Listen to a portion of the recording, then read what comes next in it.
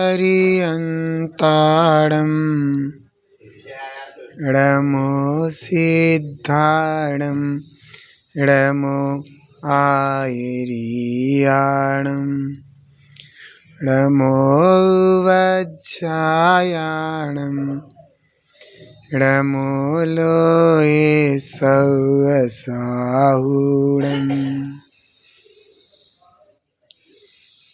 बोलो 2400 तीर्थंकर भगवान की, पंच परमेष्टि भगवान की, जिनवाणी माता की, गौतम गणधर देव की, आचार्य श्री कुंद स्वामी की, आचार्य श्री शांति सागर जी मामनिराज की, आचार्य गुरुदेव श्री धर्मभूषण जी मामनिराज की, आचार्य श्री सम्यक्त भूषण जी मामनिराज की, आचार्य श्री भारत जी महाराज की जय, समस्त पुण्य संघ की जय।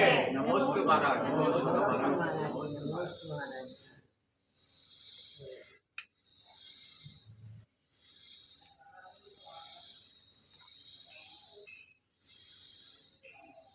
भव्य आत्मन हमारे सामने जो ग्रंथ विराजमान है वह है इष्टोपदेश।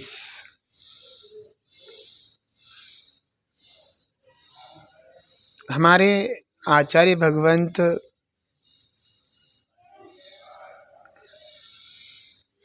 भव्य जीवों को इष्टोपदेश दे दे करके चले गए,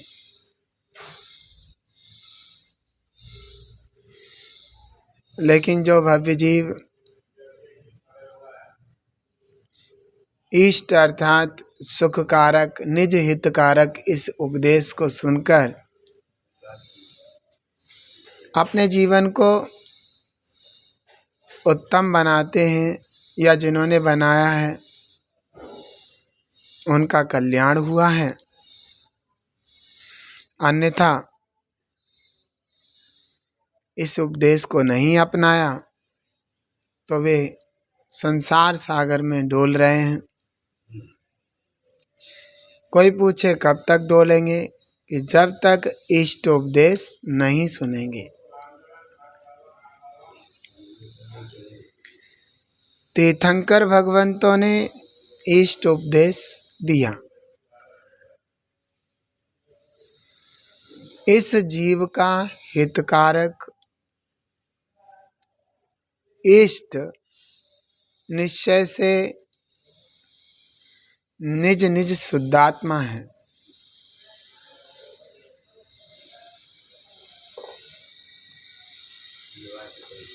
लेकिन निज शुद्धात्मा को बताने वाले ऐसे वीतरागी देव, निगंत गुरु और माँ जिनवाणी ये व्यवहार से इष्ट हैं।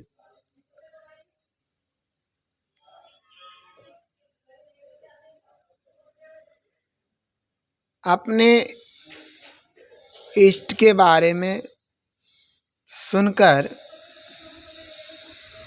जिनको हृदय से आनंद उमड़ता है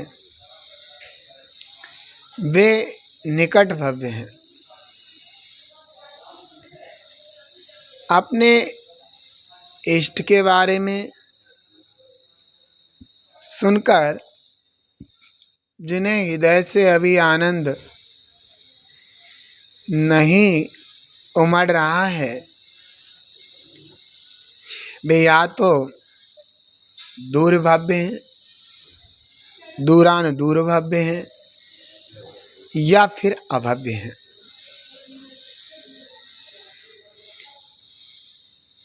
जिन्हें अपनी आत्मा की कथनी अच्छी लगती है, प्यारी लगती है, सुंदर लगती है, जिन्हें संसार की 84 लाख योनियां दुखरूप नजर आती हैं, 4 गतियां दुखरूप नजर आती हैं, वे निकट भव्य हैं। वे भले ही पूर्व के कुसंस्कार वश कसाय से द्रवित हो रहे हैं, कसायों के उदय में कसित हो रहे हैं, लेकिन उनको कहीं ना कहीं वो कसाय का उदय, कसाय रूप पड़मन करना अच्छा नहीं लगता। वे निकट भव्य हैं। उन निकट भव्यों में भी जो सम्यक दृष्टि है,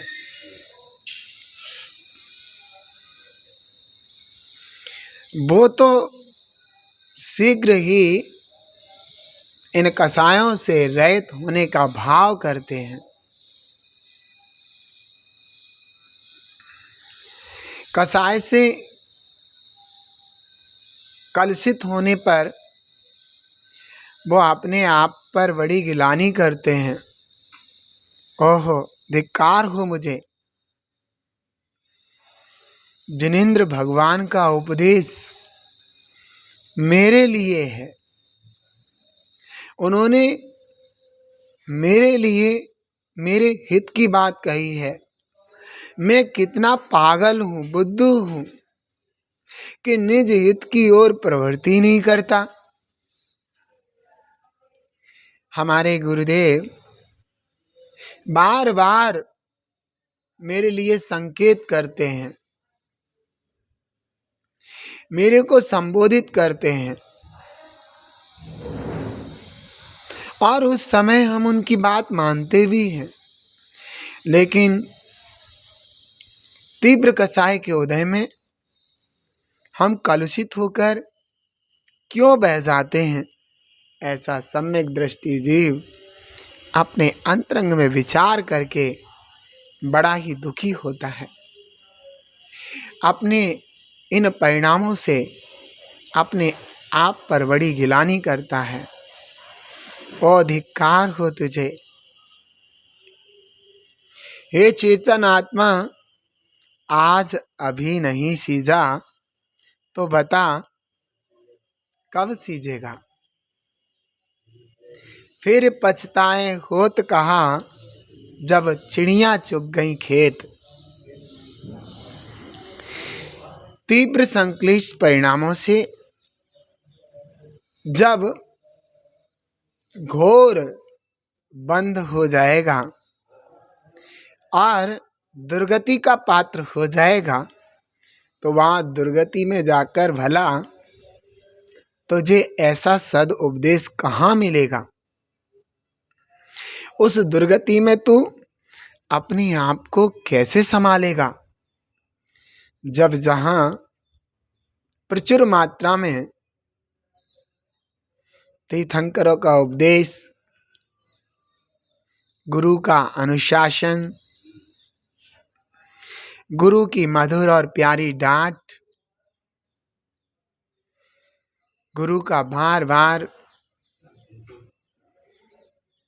कड़वे शब्दों का प्रयोग, जिससे कि जीवन का उत्थान हो, इतना सब कुछ कहाँ मिलेगा? याद करो वो बातें, जबकि फुटपाथ पे पड़ा हुआ बच्चा, जिस बच्चे को माता पिता का साथ नहीं है, वह बच्चा अपने जीवन को क्या बना लेता है? वह बच्चा अपने जीवन को किस ओर ले जाता है? जब कभी वह उत्तम कुल के बच्चों को देखता है जो अपने माता पिता से संस्कारित हैं, तो वह रोता है। ओहो, मेरे माता पिता क्यों नहीं थे? उन्होंने उचित समय पर मेरे को क्यों नहीं डांटा? वो मेरे जीवन में क्यों नहीं थे? उन्होंने उचित समय पर मुझे क्यों नहीं संभाला? अगर आज वे उचित समय पर मुझे संभाल लेते, मुझे डांटते, फटकारते, तो आज मेरा यह जीवन फुटपाती जीवन नहीं होता। आज मेरा यह जीवन इन बच्चों की तरह उत्कृष्ट जीवन होता। लेकिन ऐसा नहीं हुआ।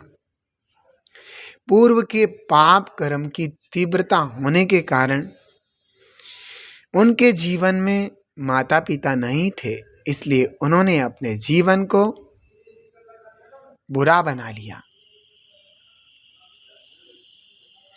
लेकिन जिनके जीवन में उनके माता पिता हैं, एक श्रेष्ठ गुरु हैं, वो अपने जीवन को नहीं समझ पा रहे, अपने पुण्य के उदय को नहीं जान पा रहे, तो जब यह समय चला जाएगा, घड़ी की सुइयां कट कट करके चलती रहती हैं। ऐसे ही हमारे समय भी ऐसे ही चले जा रहे हैं। घड़ी की सुइयां वापिस 12 के बाद 1 पर आ जाती हैं, लेकिन मेरे जाने वाला समय, निकल जाने वाला समय क्या वापिस आएगा? क्या मेरा तीव्र पुण्य का उदय जो चल रहा है वह निकल जाएगा तो मेरी झोली में वो वापिस आ पाएगा? कहीं ऐसा तो नहीं कि मुझे पछताना पड़े? कहीं ऐसा तो नहीं कि मुझे रोना पड़े? क्यों करूं मैं अपने साथ ऐसा? मैं आज ही सजग होता हूं, आज ही यह निर्णय करता हूं कि मेरे जो पुण्य के उदय से मेरे जीवन में जो निर्मलता, उत्कृष्टता लाने के लिए निमित्त हैं, मुझे भगवान बनने के लिए निमित्त हैं, मैं आज ही सजगता के साथ उन निमित्तों का उपयोग करूंगा और अपने आप को पुण्यशाली मानूंगा और सहज ही इन लाइनों को अपने हृदय से गुनगुनाऊंगा। अभी अभी मेरे मन में एक ख्याल आया है, ये उपदेश सुनाया गया है मेरे लिए। ये जिनागम बताया गया है मेरे लिए। मैं इससे पहले कसायों में भटका था कहीं, मैं इससे पहले कसायों में भटका था कहीं, ये समता भाव लाया गया है मेरे लिए। अभी अभी मेरे मन में, अभी अभी मेरे मन में ये भाव आया है, ये जिन मार्ग बताया गया है मेरे लिए, ये जिन मार्ग बताया गया है मेरे लिए। हे भव्य आत्मन, क्या आपको पता है वे दिगंबर मुनिराज मात्र और मात्र अपनी आत्मा की साधना के लिए सब बाहरी प्रपंच को छोड़ देते हैं। घर बार, रुपया, पैसा, माता पिता, मित्र, शत्रु सब छोड़ देते हैं मात्र अपनी आत्मा के लिए। ऐसे महादिगंबर मुनिराज का तुम्हारे को तुम्हारे उत्थान के लिए उत्तम आशीर्वाद मिले और कल्याण हेतु सद उपदेश मिले और तुम अपने महान पुण्य का उदय समझकर अमृत मान करके उसे ना पियो, तो फिर वह कौन सा समय आएगा जो कि तुम्हारे हित में प्रवृत्ति करेगा, जो कि तुम्हारे हित में निमित्त बनेगा। हे चेतन आत्मा, उठो और अपने आप हित के लिए उत्कृष्ट निर्णय लो। अपने समय को एक क्षण भी बेकार नहीं करना है। जो माँ जिनवाणी ने तुम्हारे लिए, जो देव शास्त्र गुरु ने तुम्हारे लिए आत्महितकारी अनुशासन की बात कही है, उस अनुशासन की चादर को ओढ़कर अध्यात्म रस में नवन कर लो, नहा लो और अपने आप को पावन बना लो। यह समय भी निकल जाएगा। सदा समय एक सा नहीं होता। पुण्य पाप की धाराएं इस जीव के जीवन में चलती रहती हैं।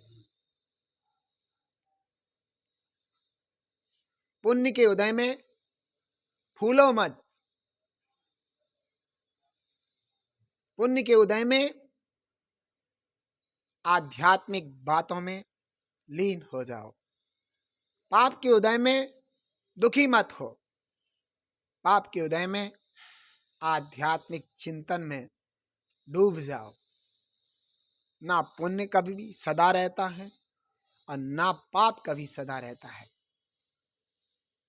ये पुण्य और पाप संसार बढ़ाने वाली हथकड़ियां हैं। कभी सोने की हथकड़ी के समान पुण्य जीव को संसार में बांधे रहता है, तो कभी लोही की हथकड़ी के समान यह पाप संसार में जीव को बांधे रखता है।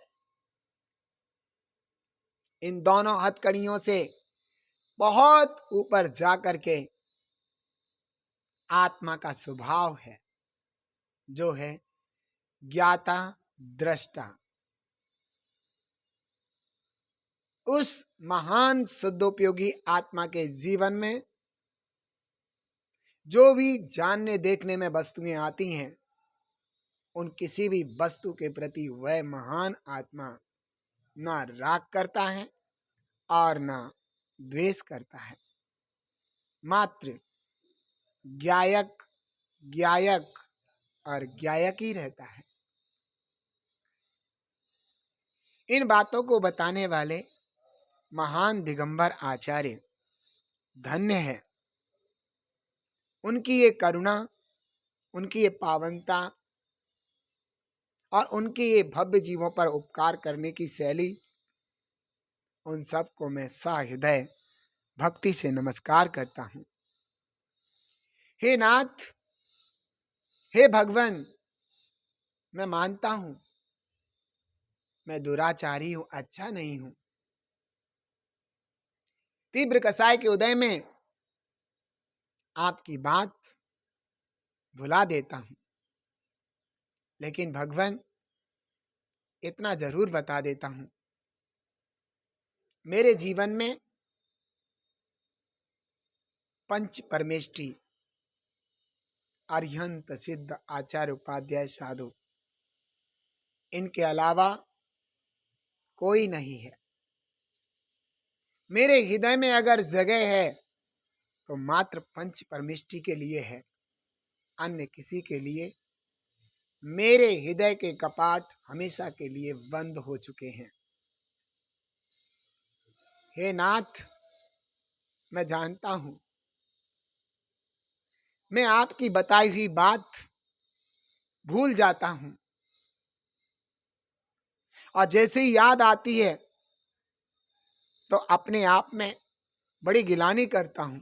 हे नाथ, वही अमृत पिला दो ना जो तुमने पिया। एक बार आपने पंच परमेष्ठी की बात को अमृत मानकर पिया और कभी भूले नहीं।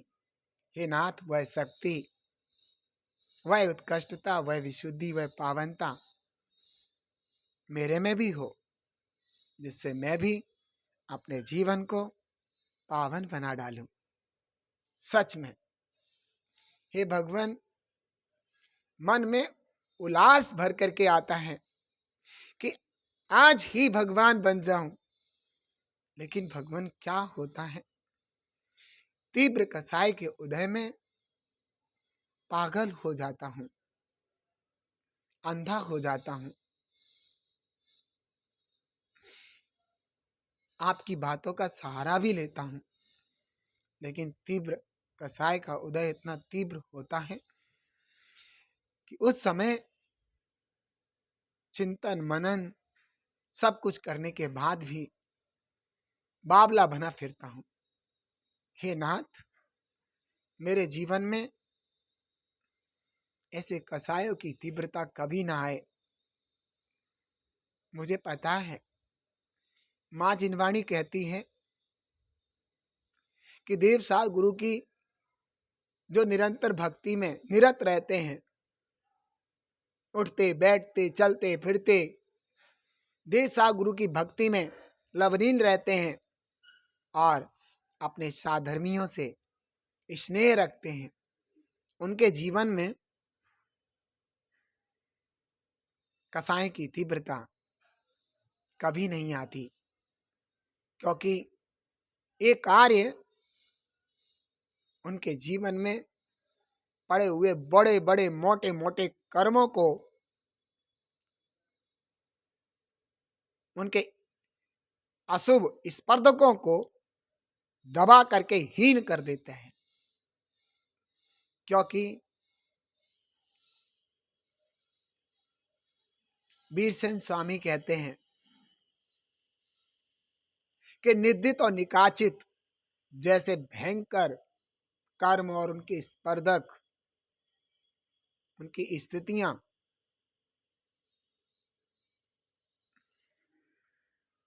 सहज रूप से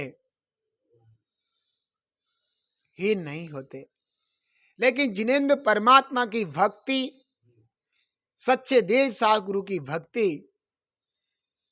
उन कर्मों की स्थिति स्पर्धक आदियों को हिलाकर ऐसे रख देते हैं कि घबरा करके वे अपने आप हीन हो जाते हैं। धन्य हो जिनेंद्र भक्ति, धन्य हो ये परम उपदेश, धन्य हो आत्महितकारक वचन। हे नाथ, आज ही प्रण करता हूं कि अब से मैं अपने आत्मा के उत्थान के लिए कदम उठाऊंगा, अपनी आत्मा की पावनता के लिए, विशुद्धि के लिए कदम उठाऊंगा। कितने ही उपसर्ग, परिचय, बाधाएं जीवन में आए, लेकिन घबराऊंगा नहीं, हे नाथ, मुझे आपका साथ चाहिए। उपसर्ग, परिचय, बाधाएं, ये तो कर्मों के उदय से आते हैं। रोग ये तब भी आएंगे, अप्रसन्न चित्त होकर के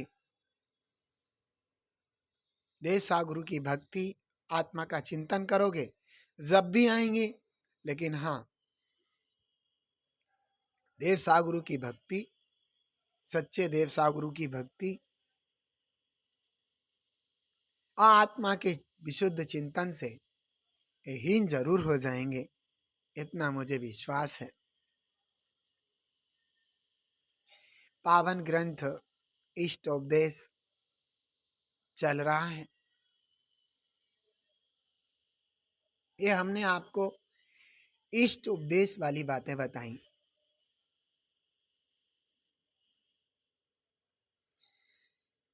जागो जागो मेरे चेतन आत्म भवन में, आत्म भवन में और निज के भवन में, आओ आओ मेरे चेतन आत्म भवन में।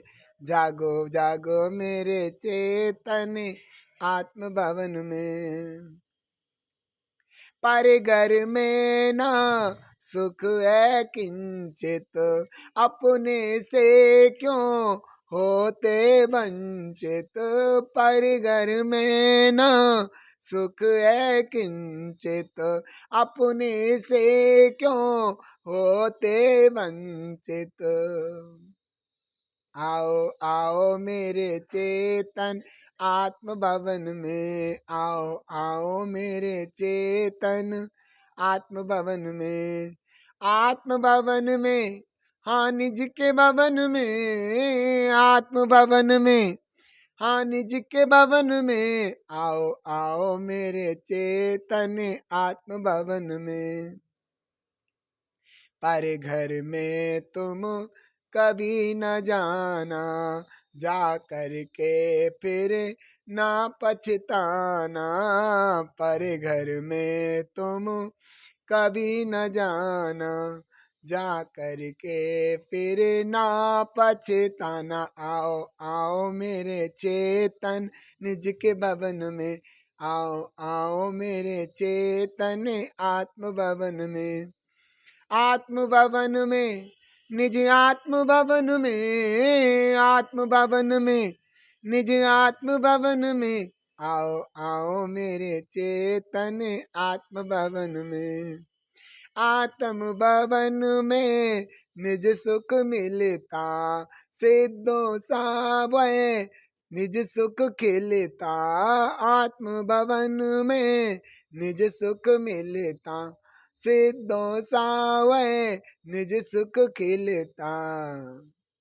पाओ पाओ मेरे चेतन आत्म भवन में, हाँ जी आओ मेरे चेतन आत्म भवन में। महान ग्रंथ इष्ट उपदेश, इस पूरे ग्रंथ के श्लोकों में यही प्रेरणा है कि तुम अपने परम इष्ट निज शुद्धात्मा की ओर क्यों नहीं बढ़ते हो। हर श्लोक कड़ी दर यही बात कहने वाला है और यही कह रहा है। चेतन आत्मा,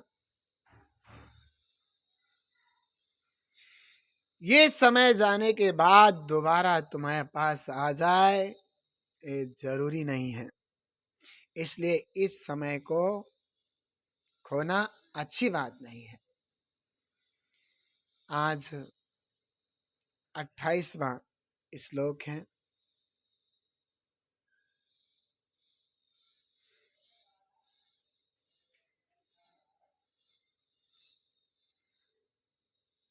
दुःख संदो अभागित्वम्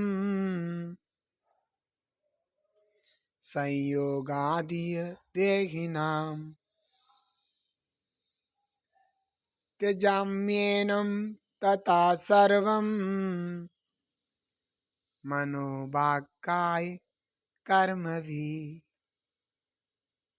आचार्य भगवान पूज्यपाद स्वामी कह रहे हैं, इस संसार में जीवों के संयोग से दुख समूह का भागीदार बनना पड़ता है।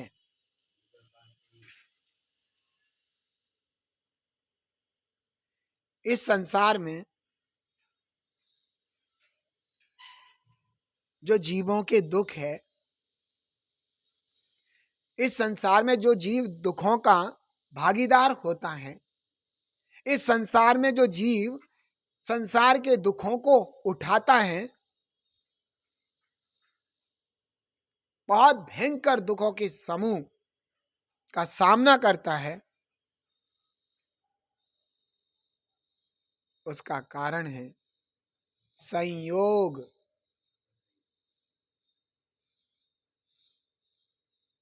संयोग किसका होता है? सबसे पहले कर्म और शरीर का संयोग। कर्मों के उदय से इस जीव को यह शरीर की प्राप्ति होती है। शरीर के संयोग होने से दादा दादी, माता पिता, भाई बहन, घर मकान, मित्र शत्रु, रिश्तेदार आदि सब कुछ प्राप्त होता है। अब फिर यह जीव इन संयोगों को प्राप्त करके सुखी दुखी होता है। सुखी क्या होता है? दुखी होता है।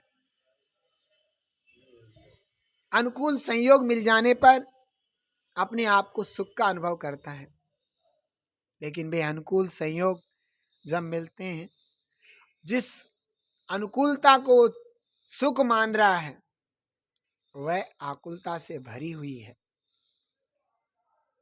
पाप कर्म के उदय में तीव्र आकुलता होती है और पुण्य कर्म के उदय में मंद आकुलता होती है। तो यह जीव मंद आकुलता को सुख मान लेता है, ये इसका बहुत भारी भ्रम है।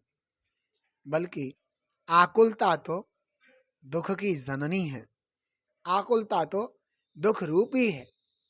सच्चा सुख तो निराकुल है। जहां आकुलता का नाम और निशान नहीं है, जहां पर निज स्वभाव है, निराकुलता है, इच्छाएं नहीं है, मात्र ज्ञायक ज्ञायक ज्ञायक है, मात्र ज्ञाता दृष्टा है, न राग है, न द्वेष है, न मोह है। ऐसी उत्कृष्ट अवस्था,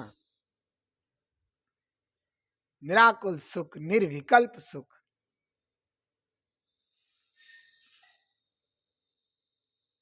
श्रेष्ठ सुख, उत्तम सुख है। सांसारिक सुख को सुख मानने वाले मूर्ख इस संसार के बहुत बड़े भागीदारी होंगे। जीव सोचता है कि मुझे हमेशा अच्छे अच्छे अनुकूल अनुकूल संयोग मिले। ये सब संयोग पुण्य कर्म पर निर्भर है, लेकिन संक्लिष्टता में पाप बनता है।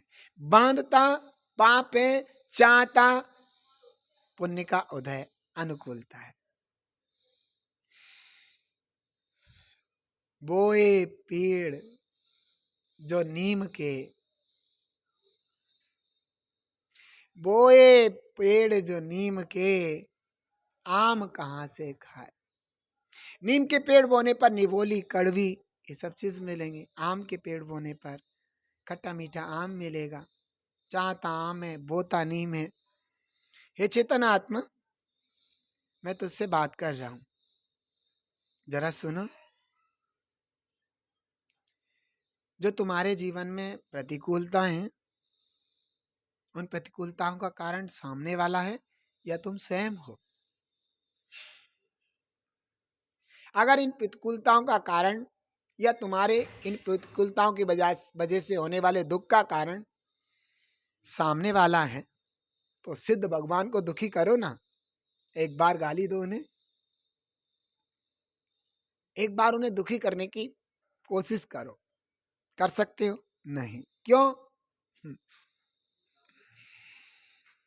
क्योंकि उनके कर्म नहीं है, और क्योंकि तुमने कर्मों का बंधन किया है, अशुभ कर्मों का बंधन किया, इसलिए तुम्हें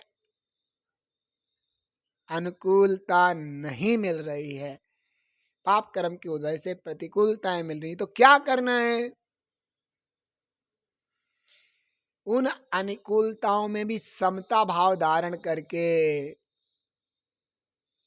उन पाप कर्मों की निजरा में कारण बनना है, और उसी समय हाँ पुण्य का अर्जन होगा मंद कसाय पूर्वक। उसके उदय पर तुम्हें अनुकूलताएं प्राप्त होंगी। प्रतिकूलताएं जीव को बड़ा दुखी करती हैं। प्रतिकूलताओं के उदय में, पाप के उदय में प्रतिकूलताएं मिलती हैं, और जीव सब कुछ, जीव को अच्छा नहीं लगता, दुखी रहता है। यह जीव बांधता पाप है, चाहता अनुकूलताएं हैं। एक ये तुम तो जानते हो, ये चेतन तुम तो समझदार हो, तुमने तो जिनवाणी पढ़ी है ना, कि संक्लिष्ट परिणाम से पाप बंद होता है, विशुद्ध परिणाम से पुण्य बंद होता है। तुम तो जानते हो, और तुम्हारे संक्लिष्ट परिणाम हो रहे तो पुण्य बंद कैसे होगा? पाप के उदय में प्रतिकूलता आती है, तुम दुखी होते हो। पुण्य के उदय में अनुकूलता कहाँ से आए कि तुम पुण्य बांध नहीं रहे हो? पिछला पुण्य का उदय है, उत्कृष्टता है, सब चल रहा है, लेकिन तुम उसको नहीं समझ रहे हो।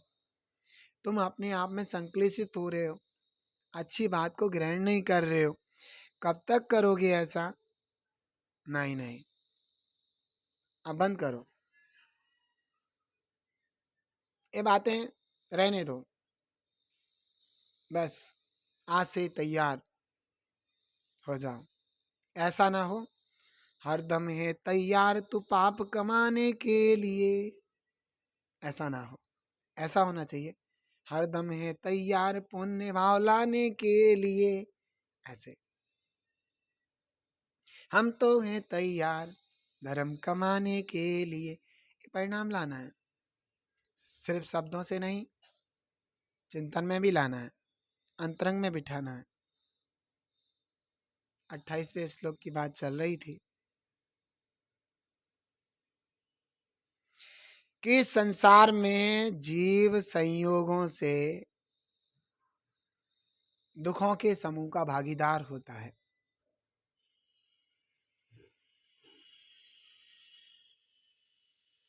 संयोग अच्छे भी मिलते हैं तो भी पाप कमा लेता है, संयोग बुरे मिलते हैं तो भी पाप कमा लेता है। अच्छे संयोगों में पाप कहाँ कमाता है? देव सा गुरु की भक्ति के समय निराशा उत्पन्न होना, भक्ति के, उनकी भक्ति की महिमा नहीं आना, उनकी बात को अच्छे से स्वीकार नहीं करना। बताओ, ये अच्छे संयोग है तो भी तुम अच्छे संयोग में पाप का बंधन कर रहा है। बुरे संयोग, लोग तुझे धर्म ना करने दें, मिथ्यात की ओर खींचने की कोशिश करें, ये बुरे संयोग है। वहां तो चलो ज्ञान न होने के कारण जीव भटकता है, लेकिन जो ज्ञानी जीव है तो वहां भी नहीं भटकते, वो अपने आप को धर्म की ओर खींच लेते हैं, अपने जीवन को उत्कृष्ट बना लेते हैं। इसलिए कहा आचार्य भगवान कहते हैं कि इस कारण इन सभी संयोगों को मन वचन काय की शुद्धि पूर्वक छोड़ दे। किन संयोगों को? किन संयोगों को? जिन संयोगों के कारण तेरा बुरा हो रहा है, उन संयोगों को छोड़ दे। किन संयोगों को ग्रहण करना है? जिन संयोगों के कारण तेरे को अच्छा हो रहा है। वो कौन से संयोग हैं? वीतरागी देव, निर्गंथ गुरु, माँ जिनवाणी, ये तेरे लिए अच्छे संयोग हैं। इनको ग्रहण कर, इनके संयोग में संयोगित होकर के अपने जीवन को पावन और उत्कृष्ट और विशुद्ध बना ले। बस यही कार्य करना है, इसके अलावा कोई कार्य आर के बाद होना नहीं है।